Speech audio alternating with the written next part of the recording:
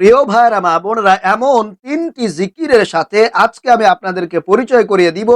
এই তিনটি জিকির আপনার জীবন চলে গেলেও কখনোই আপনি ছাড়বেন না।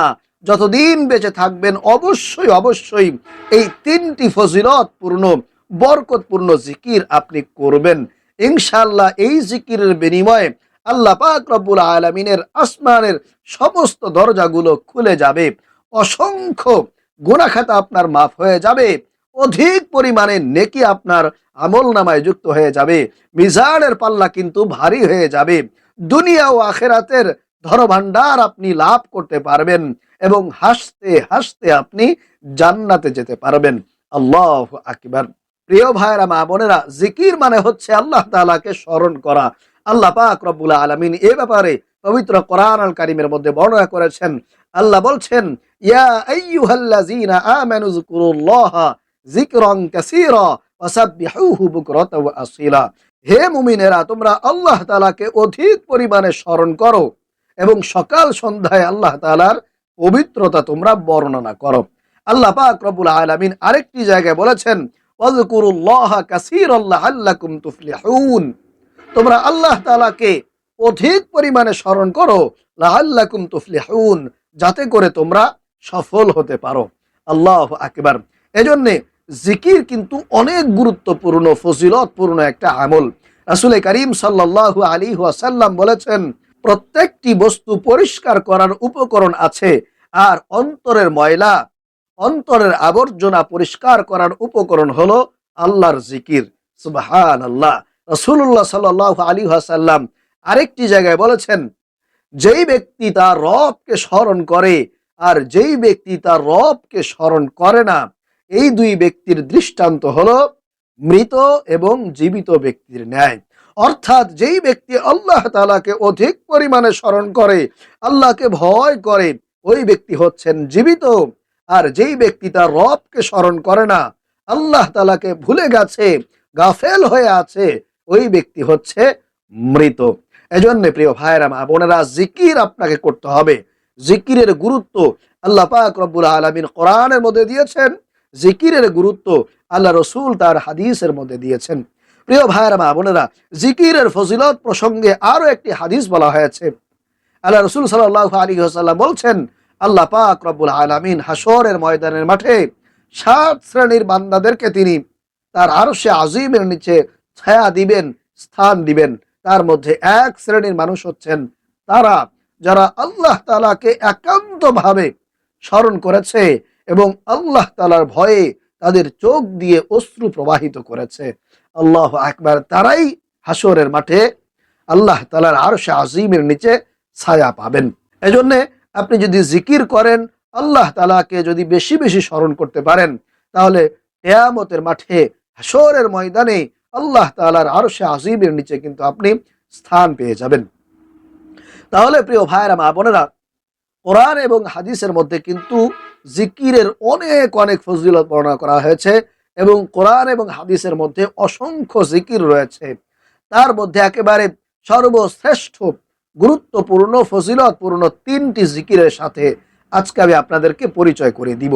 তার মধ্যে 1 নাম্বার যে জিকির, সেটা হলো আল্লাহু আকবার কাবীরা ওয়ালহামদুলিল্লাহি কাসীরা ওয়া সুবহানাল্লাহি বুকরাতাও ওয়া আসীলা। এই জিকিরের ফজিলত সম্পর্কে হযরত আব্দুল্লাহ ইবনে ওমর রাদিয়াল্লাহু তাআলা আনহু বলেছেন, একদিন আমরা আল্লাহ রাসূলের সঙ্গে নামাজ পড়ছিলাম। এমত অবস্থায় মানুষদের মধ্য থেকে একজন হঠাৎ করে বলে উঠল, আল্লাহু আকবার কাবীরা ওয়ালহামদুলিল্লাহি কাসীরা ওয়া সুবহানাল্লাহি বুকরাতাও ওয়া আসীলা। বলার পরে নবীজি সাল্লাল্লাহু আলাইহি ওয়াসাল্লাম তখন বললেন, এই সমস্ত কথাবার্তা কে বলেছে, এই সব বাক্যগুলো কে পাঠ করেছে? তখন সেই লোকটা দাঁড়িয়ে বলল, ইয়া রাসূলুল্লাহ, ইয়া হাবিবাল্লাহ, আমি পাঠ করেছি। তখন রাসূলুল্লাহ সাল্লাল্লাহু আলাইহি ওয়াসাল্লাম শুনে বললেন, এই বাক্যগুলো আমাকে আশান্বিত করেছে, এই বাক্যের কারণে আসমানের সমস্ত দরজাগুলো খুলে গিয়েছে। আল্লাহু আকবার। তখন হযরত আব্দুল্লাহ ইবনে ওমর, যিনি হাদিসটি বর্ণনা করছেন, তিনি বলেন যে রাসূলের কণ্ঠে এই কথাগুলো শোনার পরে আমি এই বাক্যগুলো আর কোনোদিন পাঠ করতে ছাড়ি নাই, মিস করি নাই, অর্থাৎ বাদ দেই নাই, সব সময় পাঠ করার চেষ্টা করেছি। তাহলে প্রিয় ভাইরা মা বোনেরা, ১ নম্বরে যেই জিকিরের কথা আপনাদেরকে বলছি সেটা হলো আল্লাহু আকবার কাবীরা ওয়ালহামদুলিল্লাহি কাসীরা ওয়া সুবহানাল্লাহি বুকরাতাও ওয়া আসীলা।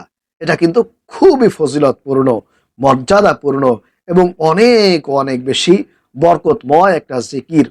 আপনি যদি করতে পারেন, আসমানের সমস্ত দরজাগুলো আপনার এই জিকিরের কারণে খুলে যাবে।